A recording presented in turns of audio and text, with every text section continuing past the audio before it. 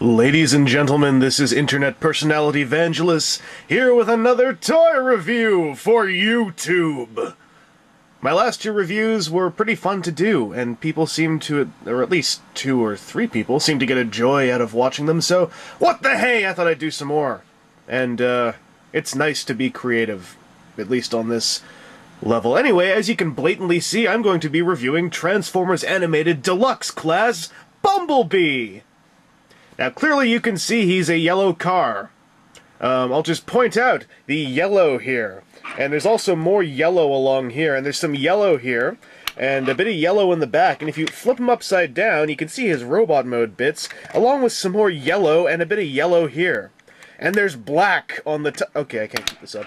Anyway, he's got these little booster things, which you can just peg out, and as you can see, they're clear blue, which is kind of neat, seeing how the only other clear on him is the front and side windows here, and I believe these windows too.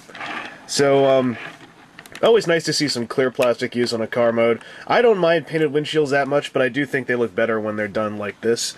And yeah, these little booster things on the show, they're actually yellow and black, and I've seen fan repaints that are yellow and black, but for now I'm going to plug them in because, well, they actually... Whoa! Blooper!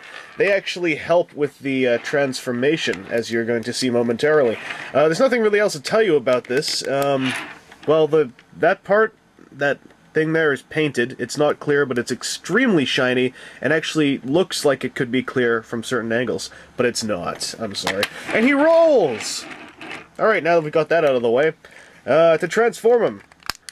I'm sure you've already seen this process a few times, but I'll just demonstrate that these panels are a few million times easier to get out with those rockets in. If you want to see me try to wrestle with one without one of those in, it's kind of like me going like, and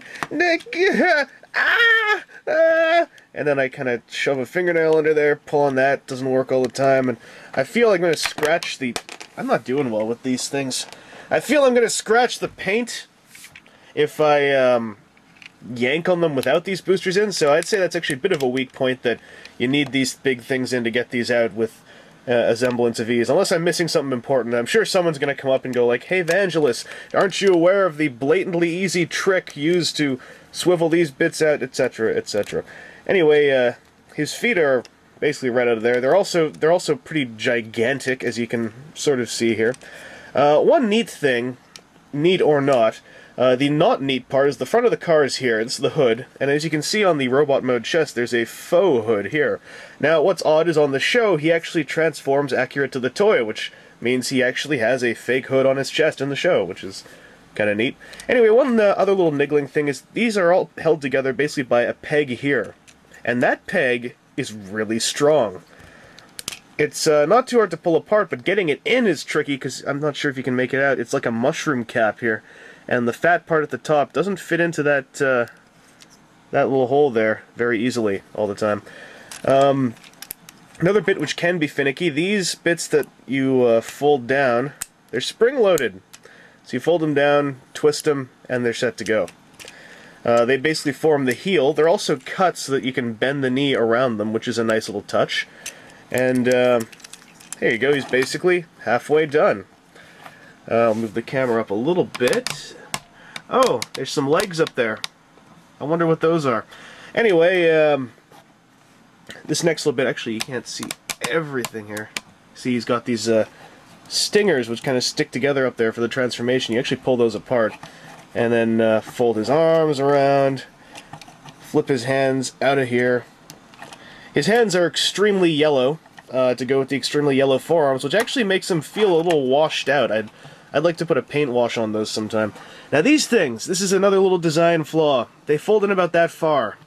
This one I tried to push in harder, and it broke along the hinge there. So this one kind of falls out now and then. But Pogue discovered that if you can shave off a little bit of plastic here, which does nothing to the joint, it'll actually fold in all the way. So it's yet another case of Animated having really nice design, but just like a little bit of, like, how do you put this? Miscalculated thought on the execution. Nothing to really hold against it, though. It's not like I have to unscrew stuff or anything like that, which is a bonus. Anyway, another really nice touch is how all this back stuff folds together and pegs together to form a little backpack. And you can remove the rocket boosters off there if you want, but I really like how that part came together. And then these shoulder bits, you just move in and then down. And you have yourself a cute little robot pal. Oh, one thing that I've actually seen people not get, and it makes him look a lot better. Right now, he looks kind of funny on his head. It's sort of sticking forward. There you go. As you can see, it's on a hinge there, that black neck. You want to remember to shift that up so that he's actually got his chin not plugged into his chest.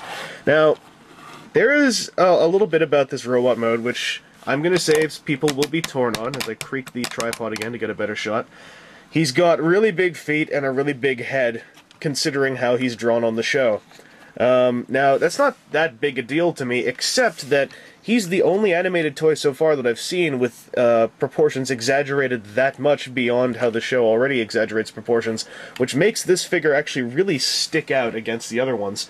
If I had any ready here to show you, I'd do a comparison. I'm going to do a comparison video sometime later, but yeah, it's a little bit of a knock against him if that's something you care about. He's got extremely nice light piping behind his eyes. You can even see it with barely any light behind there. It's already going off. In a dark room with a flashlight behind his head, they just blaze out. Whoa! Like crazy. And he's got the gimmick of his stingers flipping out. You can fold his hands in too if you want to replace them. Not quite like the show, but pretty close. And as per the transformation, you can also have him do the kind of double stinger, I've got a fireball cooking to Hadoken you in the face dealy, like that. That didn't plug together all that well, did it?